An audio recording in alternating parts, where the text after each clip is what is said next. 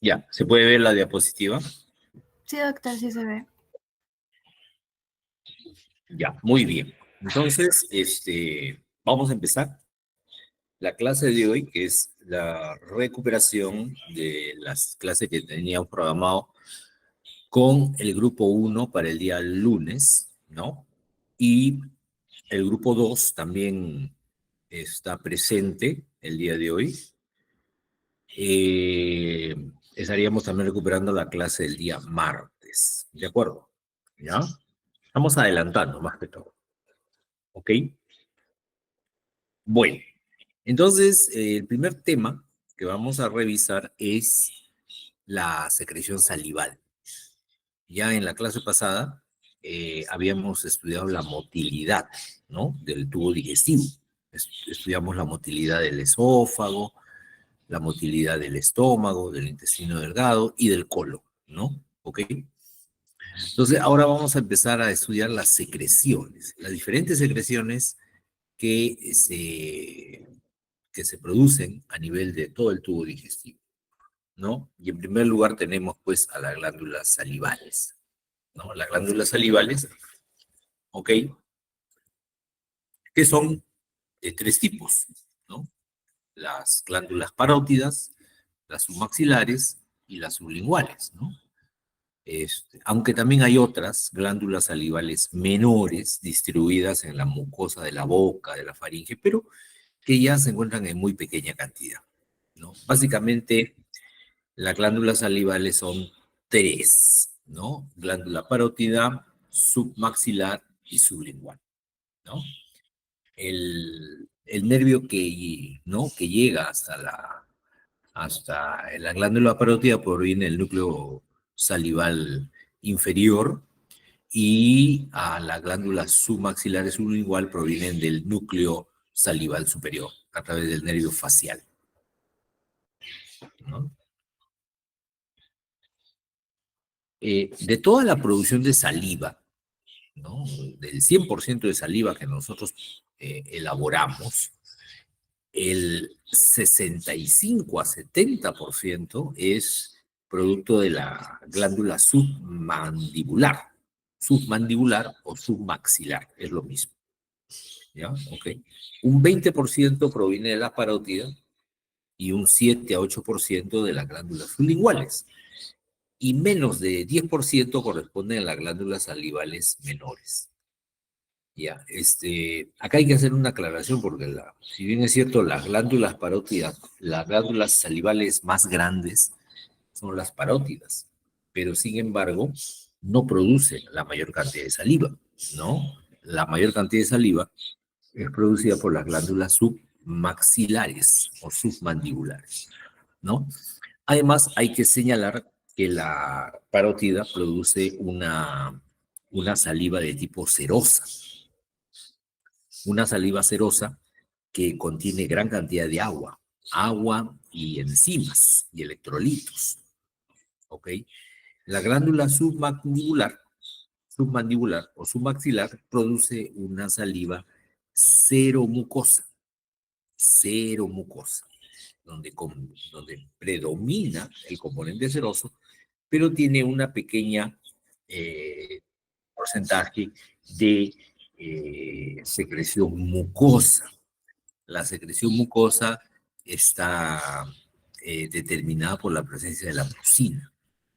La mucina es una sustancia viscosa, ¿no? Viscosa, que le da esa consistencia, ¿no? En este caso a la saliva, ¿ok? También las glándulas sublinguales, ellas producen una saliva mucocerosa. O sea, predomina el componente mucoso al componente seroso, ¿ya? Entonces, eh, recordar bien eso, ¿no? Los tres tipos de glándulas salivales que existen. Ahora, En cuanto a la secreción de saliva, ¿no? En reposo, más o menos nosotros elaboramos de 0,25 a 0,35 mililitros por minuto de saliva. Y mayormente, como ya dijimos, procede de las glándulas submaxilares y sublinguales.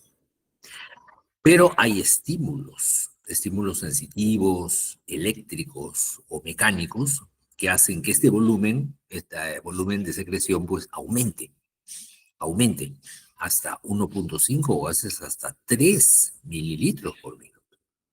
Es considerable, ¿no? Considerable el cambio, ¿no? Con el reposo, ¿no? Es, a ver, ¿alguien quiere entrar a la reunión? ¿No? ¿Está?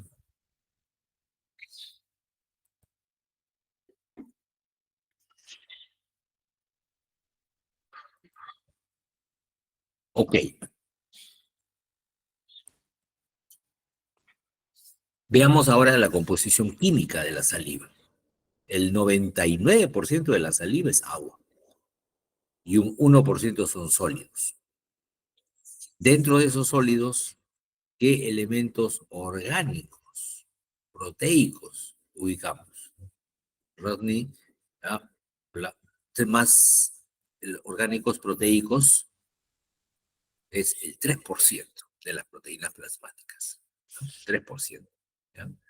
Sí. Dentro de estos compuestos orgánicos están las enzimas, inmunoglobulinas, glicoproteínas, albúmina. También hay elementos no proteicos, que no son proteínas, son orgánicos, pero no son proteínas. Carbohidratos, grasas. Y también los inorgánicos, o electrolitos, sodio, potasio, cloro, etc. Entonces tenemos un largo listado, miren ustedes, un largo listado de todos los componentes de la saliva, normales, ¿no?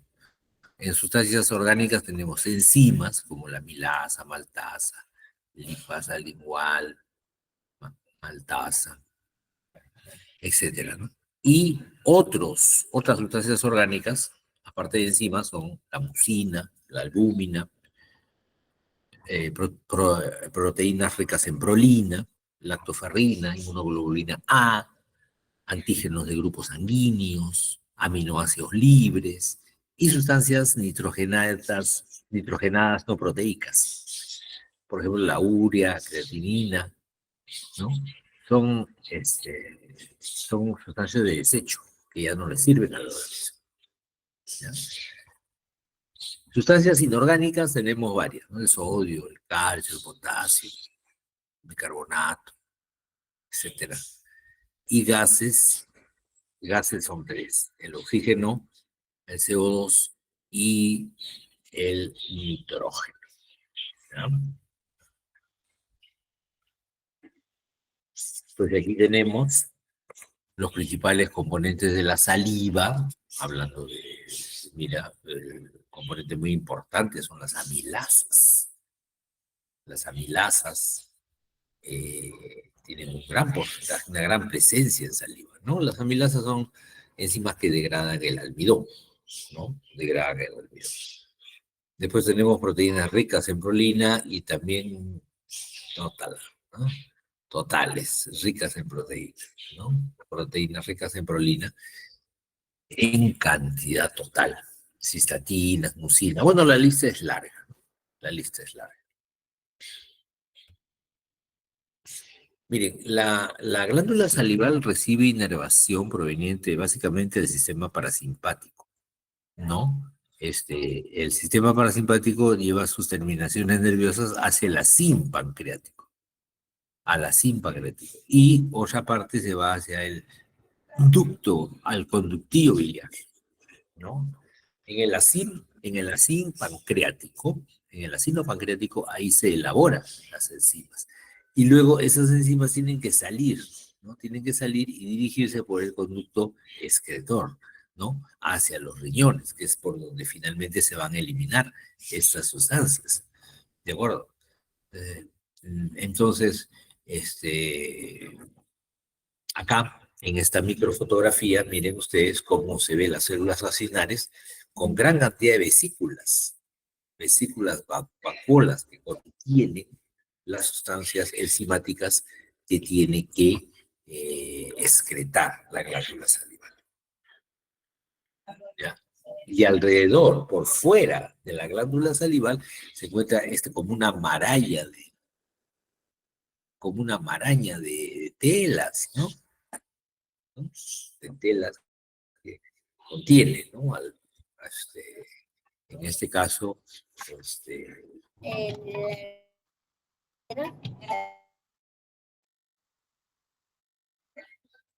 perdón, ¿alguna pregunta?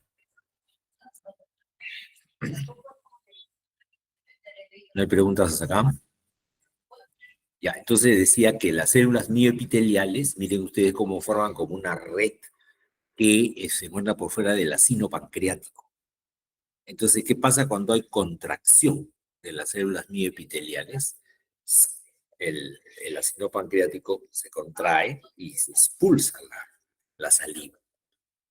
¿Estamos de acuerdo? Ya. Ahora, normalmente en cualquier órgano del cuerpo, por ejemplo, en el corazón, en el pulmón, hay hay un efecto contrario con respecto, se refiere al sistema autónomo, ¿no? El sistema autónomo tiene el sistema simpático y parasimpático tiene la característica de inervar una serie de órganos internos en el cuerpo. Y mientras, por ejemplo, el simpático estimula, el parasimpático inhibe, o viceversa, ¿no? O viceversa. Entonces, pero, por ejemplo, acá en este cuadrito que yo les presento, lo que me llama la atención, ¿no? Es que la inervación tanto del simpático como del parasimpático, ambos van a, van a provocar un incremento en la producción de saliva, ¿no? O sea, eh, quiere decir que la saliva se está entonces produciendo en todo momento, no solo cuando uno come, sino cuando está en reposo. Claro, claro, eso es cierto, porque la saliva tiene que mantener húmeda la cavidad oral. Por eso es importante su producción constante y noche. ¿Ya? Entonces, la secreción salival estimulada por el parasimpático es copiosa, abundante. Por el simpático, no, es escasa. La respuesta temporal en el tiempo, el parasimpático es sostenida, o sea, dura en el tiempo la atención, 2, 3 horas, 4 horas. Se fijan en el tiempo de la veda y dicen, ya, transitoria, ¿no? Entonces ya tenemos este, otra diferencia, ¿no? El parasimpático, su estimulación es continua, permanente. En cambio, el estímulo del sistema simpático es por horitas, ¿no? Un rato nomás, o sea, es un efecto transitorio. ¿Qué más? Disminuye la inervación de de la secreción y atrofia, ¿no? Claro. En el caso del simpático hay disminución de la secreción, pero no hay atrofia. No hay atrofia.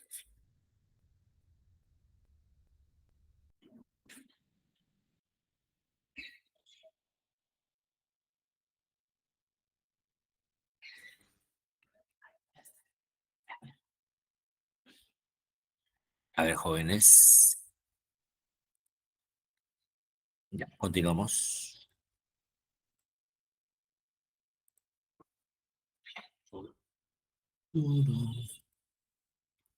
Ya, miren,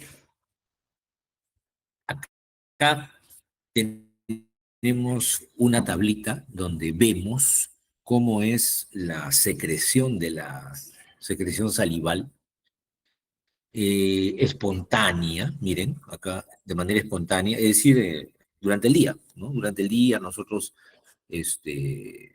producimos saliva en todo momento, ¿no? En todo momento. Ahorita, no necesariamente la saliva se produce cuando nosotros estamos comiendo algo o hablando. No, se produce en todo momento, día y noche, incluso cuando están ustedes durmiendo, ¿ya? Se produce la saliva. Esa es una producción espontánea y más o menos corresponde a 0,1, 0,2 mililitros por minuto, ¿no? Luego tenemos la no estimulada, ¿no? La no estimulada, que se produce, pues, por ejemplo, cuando hablamos, ¿no? Cuando hablamos o cuando nos encontramos haciendo una determinada actividad física, estamos corriendo, por ejemplo, pero no con los alimentos. Pero si nosotros estimulamos la secreción salival, ¿no? Si estimulamos la secreción salival, mire cómo aumenta. 7 veces, 7 veces la cantidad. ¿Y cuándo es estimulada? Con la presencia de los alimentos en la boca. En la boca uno comienza a masticar y eso estimula, ¿no? Estimula la producción de saliva. ¿Ya? ¿Ok? Acá tenemos dos cuadros, dependiendo de la edad. Miren ustedes, en una persona de 20 a 39 años, ustedes estarían en este grupo, ¿no? De 20 a 39 años, una producción no estimulada, más o menos 0,2 mililitros, y una estimulada sería 0,40 más o menos. ¿Eh? Entre los 40 y 59 años, miren lo que pasa. Hay una disminución de la producción basal, ¿no? De la no estimulada. Y hay un pequeño incremento de la estimulada, hasta 0,5. Pero ¿qué pasa a partir de los 60 años? Y ya después cada vez en mayor proporción. La producción de la saliva no estimulada es menor y la estimulada también es menor. O sea, progresivamente ya luego se va a producir una disminución progresiva, ¿no? En la cantidad de saliva que produce. ¿Ok? Bueno, entonces ya hemos dicho, jóvenes, que para la producción de saliva, ¿no? Intervienen los dos sistemas, tanto el simpático como el parasimpático. Simpático y parasimpático. Ambos estimulan, ¿no? Ambos estimulan, pero un poco más. ¿Quién estimula un poco más? El parasimpático, ¿no? Un poco más estimula el parasimpático a la glándula salival. ¿Ya? Ahora, la orden proviene de los núcleos salivatorios que se encuentran en el tronco encefálico, ya, en el tronco encefálico. ¿Y qué estímulos va a recibir este núcleo salivatorio para producir estímulos sobre las glándulas salivales? Tenemos la distensión del estómago, las náuseas, los vómitos, el reflujo gastroesofágico, ¿no? También tenemos otros estímulos provenientes de centros superiores, como es el hambre, la visión de algún alimento, por ejemplo, que esté apetitoso, el sonido, ¿no? El sonido de un alimento, como están, por ejemplo, friendo papas, ¿no? Ese sonidito, ¿no? Por ejemplo, te puede estimular la secreción de saliva, ¿de acuerdo, no? ¿Ya? El pensamiento, por ejemplo, te acuerdas que comiste algo rico, por decir, hace un par de días comiste algo rico, el recuerdo de ese platillo sabroso que probaste también te hace incrementar la producción de saliva, ¿de acuerdo? ¿Ya? ¿Ok? Y otros estímulos como gusto, tacto, presión, temperatura, olfato, sequedad, dolor, también estimulan, ¿no? A estos núcleos salivatorios para que se produzca mayor cantidad de saliva. Ahora, en cuanto a las influencias inhibitorias, hay 3 cosas que disminuyen la producción de saliva. Por ejemplo, el sueño. Cuando dormimos, disminuye la producción de saliva. El temor, la sensación de temor frente a algo, o la fiebre. Pacientes con fiebre también disminuye el estímulo para la producción de saliva. ¿Ya? Aquí tenemos un acine salival, un acino salival y el conducto salival. Entonces vemos aquí cómo hay un sistema de vasos periféricos, ¿no? Que rodean al acino salival y luego también al conducto salival, ¿no? Entonces hay una circulación capilar alrededor de las células acinares y luego un sistema de capilares paralelos al conducto salival. Esto hace recordar al nefrón. El nefrón tiene también así capilares alrededor de una estructura muy parecida al acine pancreático, ok, ya que en el caso del nefrón sería el corpúsculo de Malpighi, ¿no? Ok.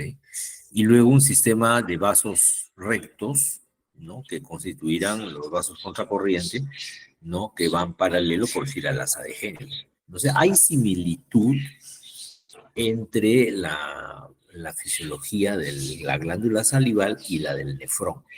La del nefrón. Hay similitud, ¿ok? Aquí que estamos viendo, por ejemplo, que el agua, el sodio, el cloro van a pasar de la sangre al interior del lumen, ¿no? Del interior del acino pancreático, del acino salival, perdón, donde se está elaborando la amilasa como enzima y la mucina, ¿no? ¿Ok? También se segrega bicarbonato por parte de las células acinares, ¿no? Se elimina bicarbonato, se reabsorbe sodio y se elimina potasio, ¿no? Casi igual como ocurre en el nefrón. En el nefrón también se reabsorbía sodio y se eliminaba potasio. Por lo cual podemos decir nosotros que la saliva es una solución isotónica, ¿no? Porque va a tener la misma concentración que sodio, ¿no? Que en el plasma y en la glándula salival, en la misma concentración.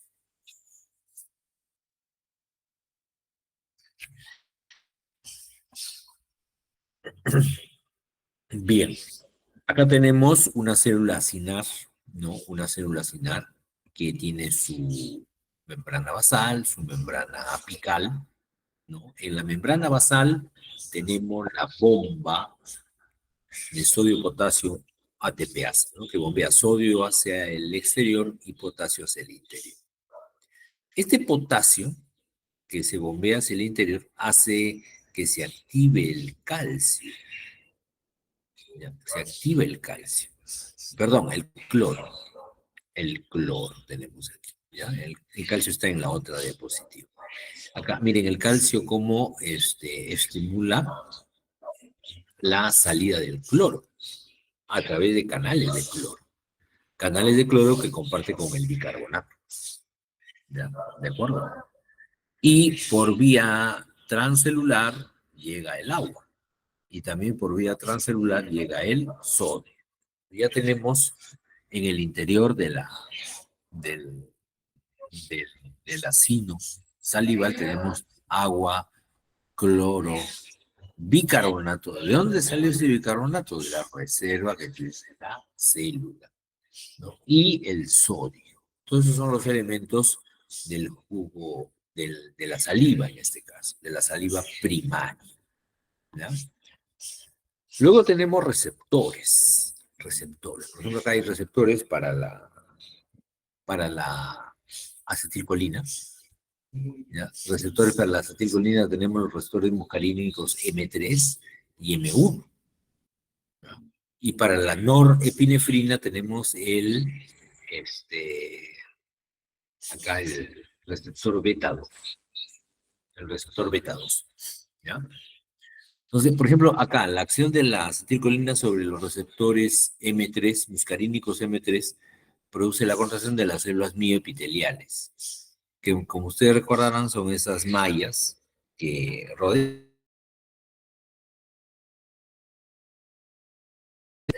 la saliva, ¿no? Si actúa la acetilcolina sobre el receptor muscarínico M1 o la, la norepinefrina también, miren, la norepinefrina actúa sobre los receptores beta 2. La diferencia está en que el receptor muscarínico va a activar IP3, inositol trifosfato, mientras que la marina de guerra mientras que la norepinefrina va a unirse al receptor y va a provocar la liberación del AMP cíclico, como segundo mensajero, ¿no? En caso del receptor muscarínico M1, el segundo mensajero es el inositol trifosfato. El inositol trifosfato, ¿no? Y al final, ya sea por el inositol trifosfato o ya sea por el AMP cíclico, se libera calcio. Se libera calcio. Es el responsable de romper estas vesículas y el contenido que la célula está sintetizando, las proteínas que está sintetizando, salgan hacia el exterior. ¿Ya? Salgan hacia el exterior. En este caso hacia la saliva. Las proteínas, la mucina, por ejemplo, salen hacia el...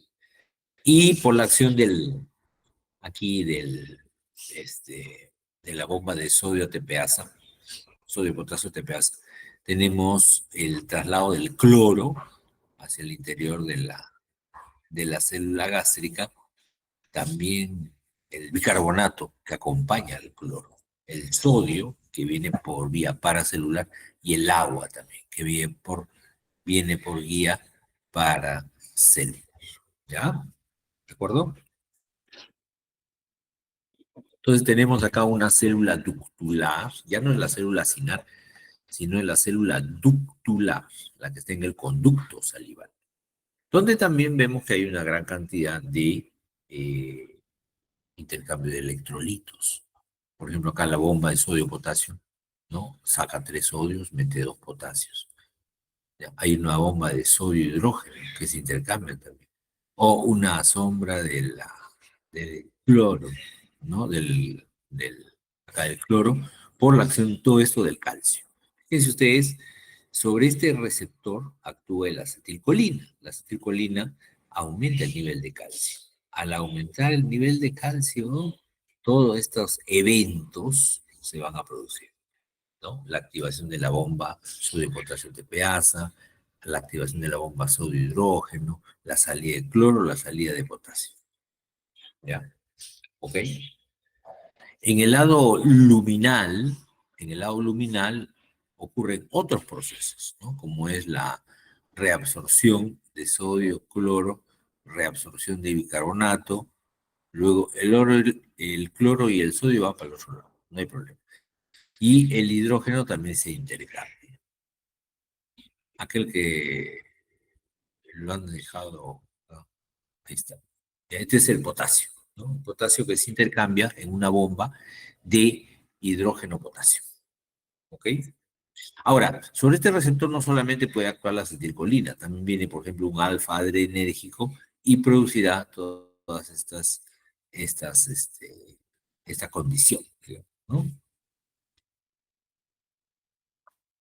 Bueno, entonces en la célula ductular tenemos que el potasio va a salir, ¿no? Fíjate tú, acá tenemos en la célula ductular, el potasio sale, ¿no?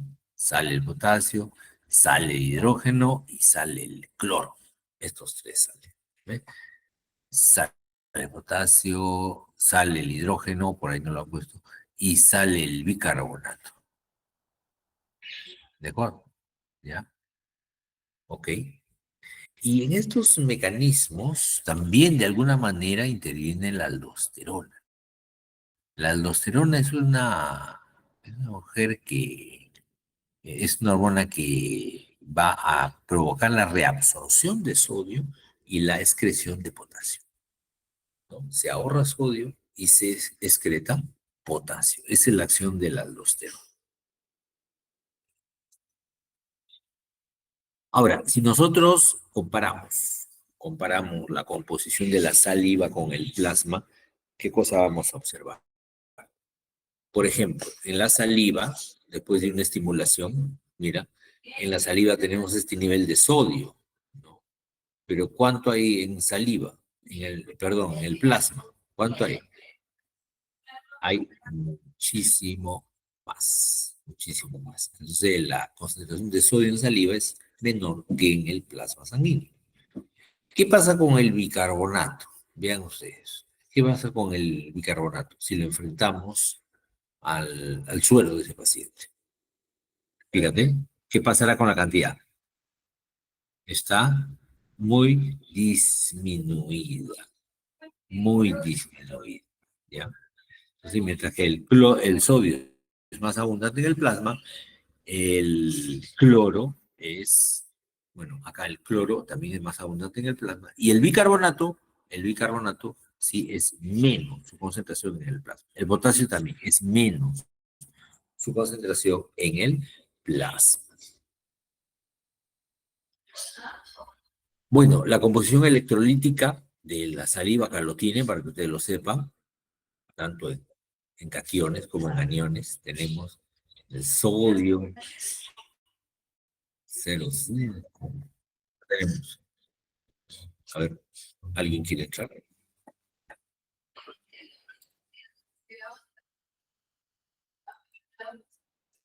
Ya.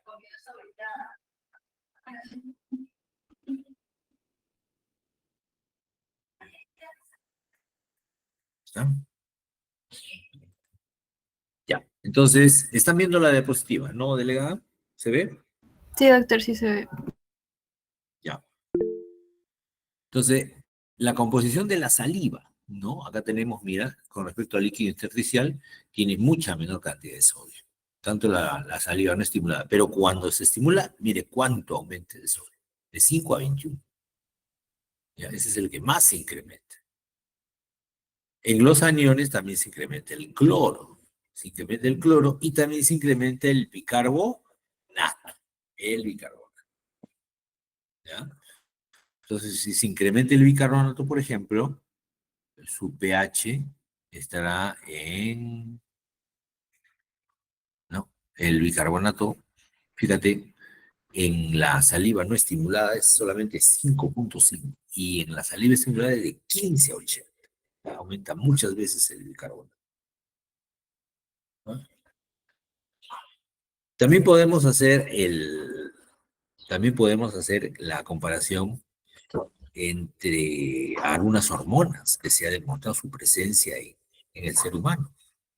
Por ejemplo, la, el test de embarazo, el test de embarazo nos puede servir, ¿no? Como un parámetro para cuando haya que decir que no, ¿no?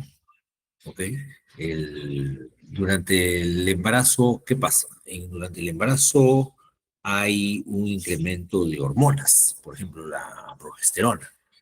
Aumenta la progesterona en la primera, segunda semana, ¿no? Y después va decayendo, ¿no? Entonces, algo similar se puede hacer un experimento, ¿no? Acá se ha inyectado progesterona, ¿no? En una mujer, ¿ok? Y se ha visto su acción máxima entre el segundo día más o menos, ¿no? Al segundo, ¿no? Segundo día, o en el tercer día, pues. Vemos de que hay una correlación entre la concentración de progesterona y en, en saliva y la concentración de progesterona en suero, en sangre. ¿Ya?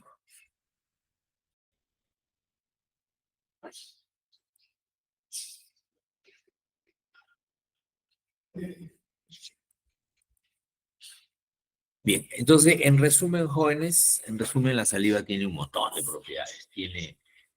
Eh, tiene propiedades hasta analgésicas, porque tiene las opioorfinas. Las opioorfinas son sustancias analgésicas, analgésicas. Por eso que, por eso que es muy frecuente, no sé, hasta ahora de repente, es recurrir muchas veces cuando uno está, este, cuando uno, por ejemplo, no sé, de repente escucha hablar a nuestras abuelitas, por ejemplo, decir, échale un poquito de salivita, ¿no? Para que no te duela. si no hacemos una heridita, pues le echamos saliva para que no duela, porque dentro de la saliva hay opiofinas. Hay opiofinas. Aparte tiene función buffer, función de digestión, mineralización, ubicación de leucocitos, tubo viral, ¿no? Una gran cantidad de funciones tiene la progesterona, ¿no? Y la saliva en sí, ¿no? La saliva en sí, que es la que va a cumplir todas estas características, ¿no? Ok, bueno, ok, ya. ¿Alguna pregunta hasta aquí?